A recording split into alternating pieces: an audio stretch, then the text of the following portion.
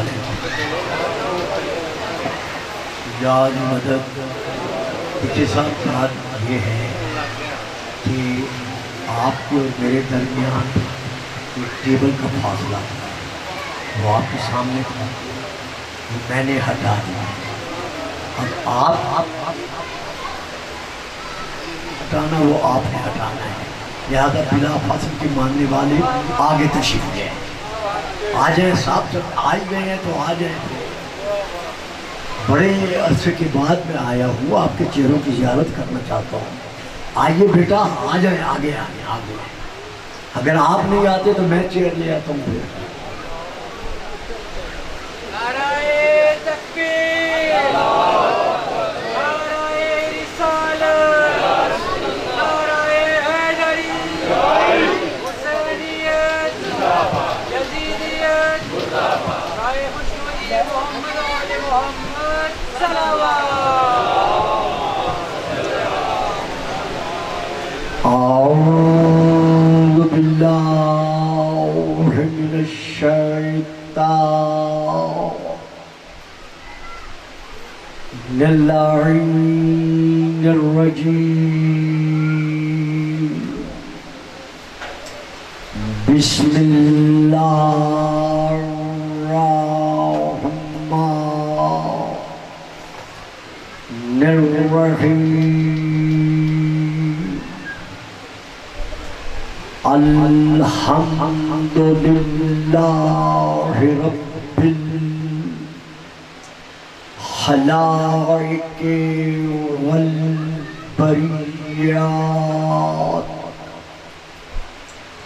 وعالم الجہر والخفیات،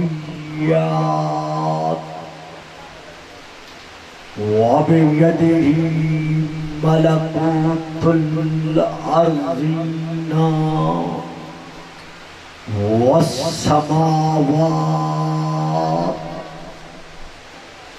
والصلاة والسلام علی النبی الأمی القرشی الہاشمی الابتہی المکی المدنی المبعوث علی العرب والعجم بالقاسم محمد صلوات، وعلى آلہ الطیبین الطاہرین المعصومین الشاکرین الصابرین الراشدین المہدیین۔ اما بعد فقد قال اللہ تبارک وتعالی فی کتابہ المجید وفرقانہ الحمید وقولہ الحق، فقل تعالوا ندعو ابناءنا وابناءکم ونساءنا ونساءکم وانفسنا وانفسکم ثم نبتہل فنجعل لعنت اللہ علی الکاذبین۔ صلوات۔